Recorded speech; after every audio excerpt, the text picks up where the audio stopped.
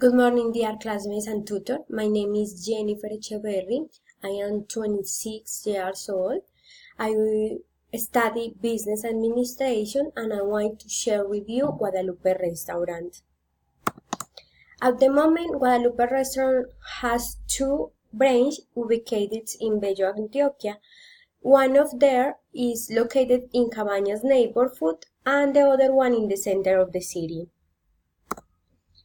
The type of food it serves is Mexican food, but the specialty of the house is tacos. I love this.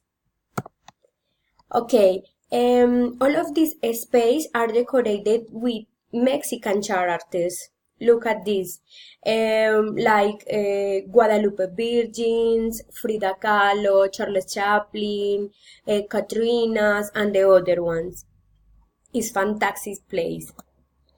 The service is excellent. All of his waiter, like this, are men. I love going to this place because I want to share family time. It's very important to me. Okay, I invite you to know the city, Bello, Antioquia, and this beautiful place. Thank you very much. Have a good day. Bye.